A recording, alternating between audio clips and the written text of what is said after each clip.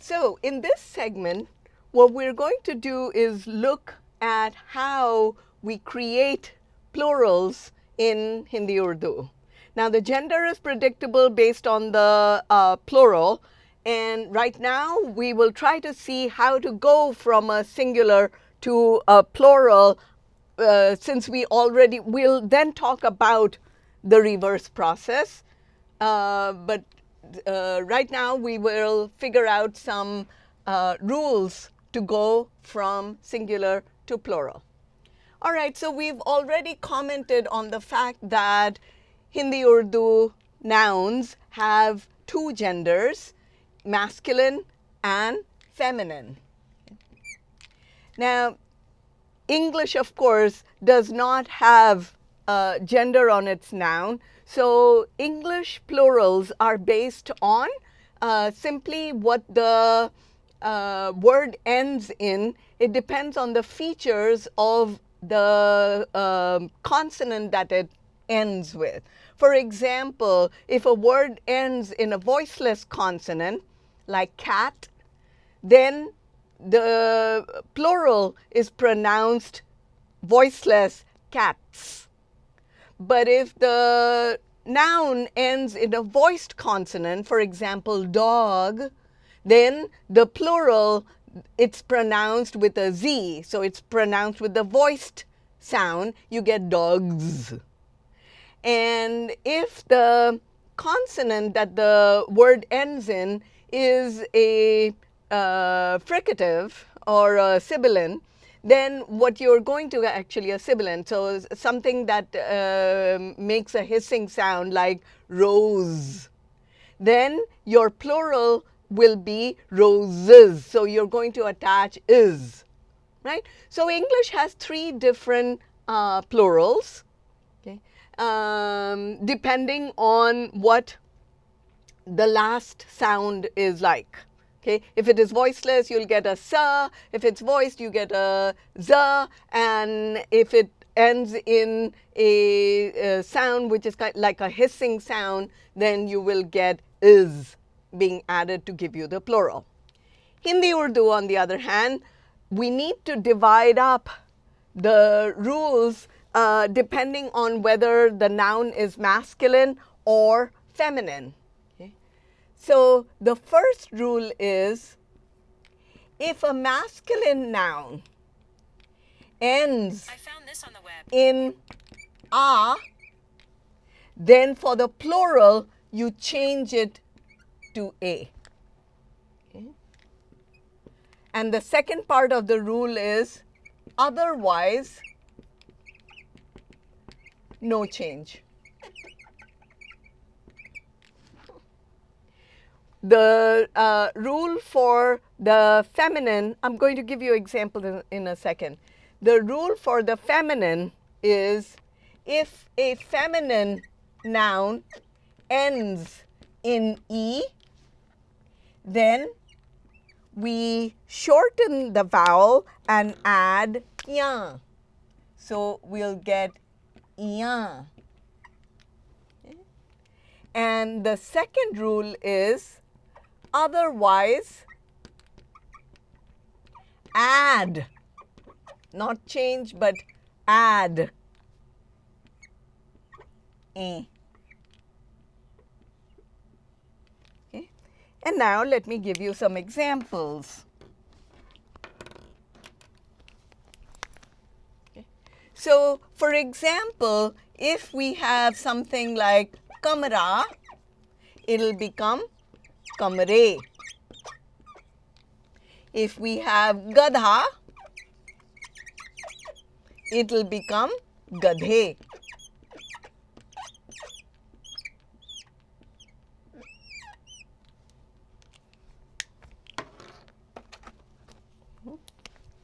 If we have a masculine noun that does not end in a, for example, if we have something like ullu, then the plural will remain the same. So ullu will remain ullu. Okay. Haath will remain haath. Aadmi will remain aadmi. Ghar will remain ghar.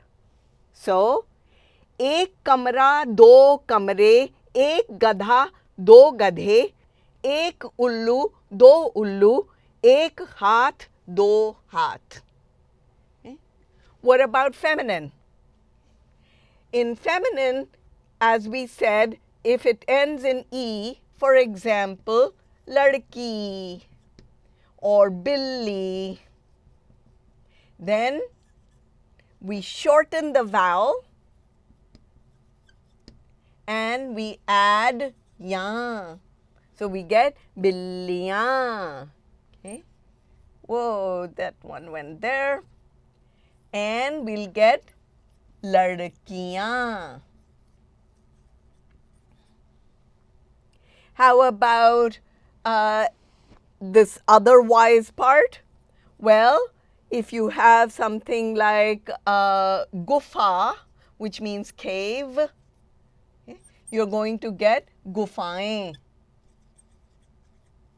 or हवाएं, okay, or बहुएं, like bahu to बहुएं. Okay, so again, short and neat way of going from singular to plural.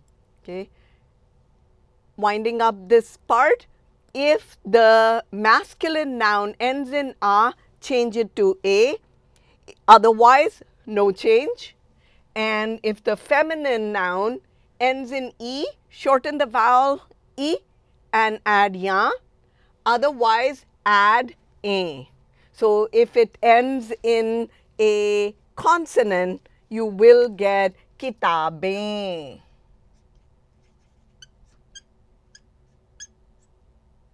Okay, kitabein. Or दीवारें, okay, जुराबें, whatever. All right, now we need to try and figure out how to derive the singular from the plural.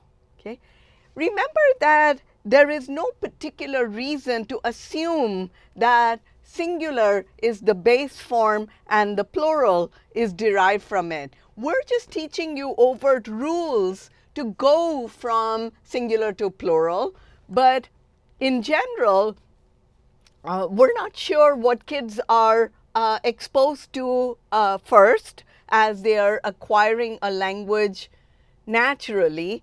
In fact, you know, like body parts, etc., parts of the body, you know, do aankhein, do haath.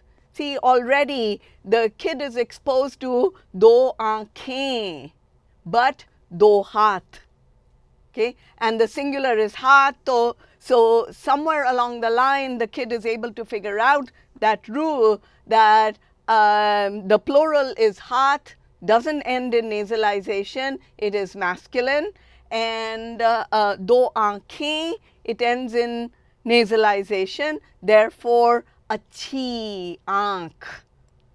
So we're able to figure out these rules, or actually we're kind of born with them, and just some data provided triggers these rules to take effect. Okay, so if so, just as I mentioned, given the plural forms, we know the gender. Now we know that if we are given a form that ends in nasalization, then we can, if there is a ya, what we need to do is delete the, so if we're going the reverse way, right? If we are going from plural to singular, then we delete the ya and we lengthen the vowel, so that we go let's say from ia, we'll go to the noun where we lengthen the E and there is nothing, we have deleted the ya. Okay? So we'll get something like ladki as the singular form. Or if we take something like kitabein, right? So we have kitabein. Well, the rule was that we know it is feminine and we know that this part is the added part. So what is the singular form?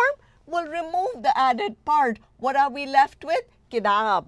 Kitab is the singular form. So we can go from the plural form to the singular form. In the case of masculine nouns, it is easier. If you see that the plural ends in A, well, we already know it is masculine because it is not ending in nasalization. Therefore, I know that it is masculine. And what I need to do is change the A to A.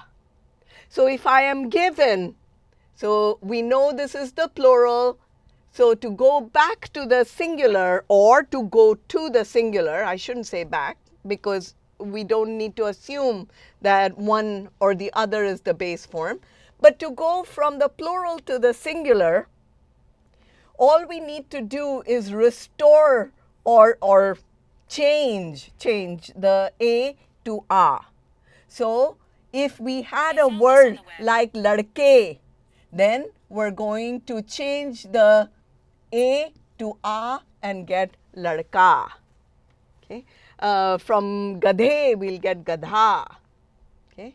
From kamre, we'll get kamra. Just changing the A to an A. And the second part of the rule is, so if we see that the plural ends neither in nasalization nor in A, then no change. Okay? So if we have something like ullu or hat, it is not ending in nasalization. These are plural forms not ending in nasalization, nor are they ending in A. So very easy, I know that the singular form is the same.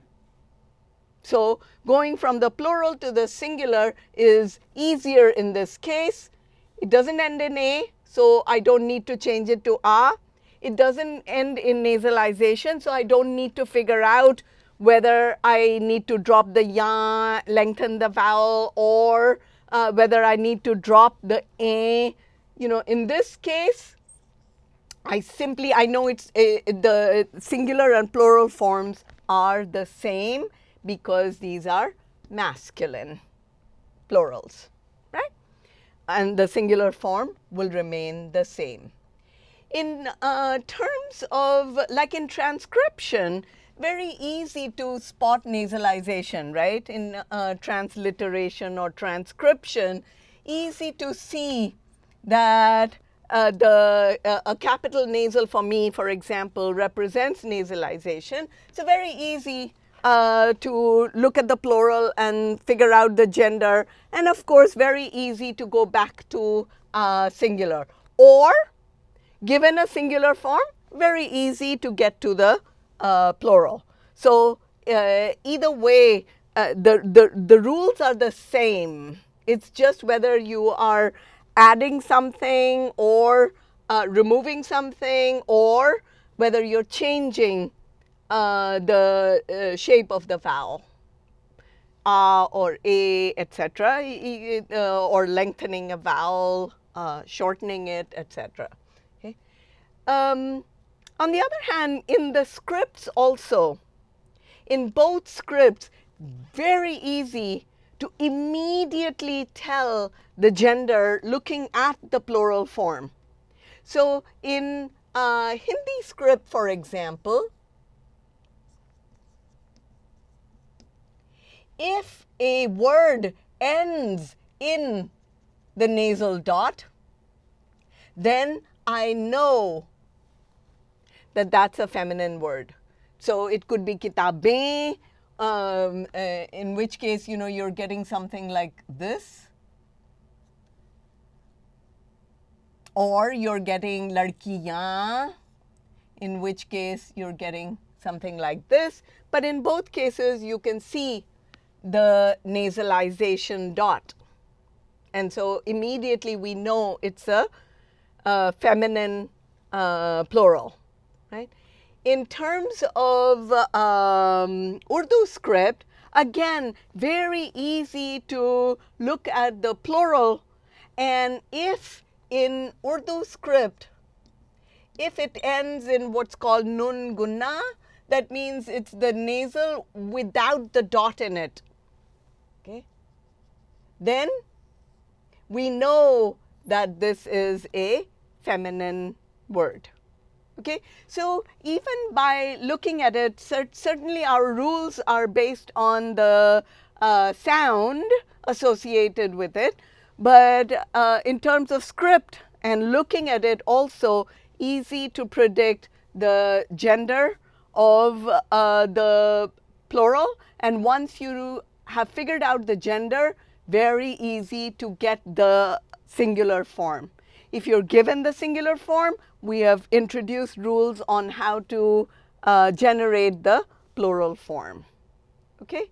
So Hindi-Urdu, again, very organized language with predictable rules. And so it's a well-behaved, rule-governed language, much easier to learn than some other languages. Okay? In the next segment, we're going to take a bunch of pronouns or all the pronouns and attach different postpositions to generate the fused forms while we're still talking about morphology and what happens to within the noun phrase level, what's happening. Okay? So see you soon in the next segment.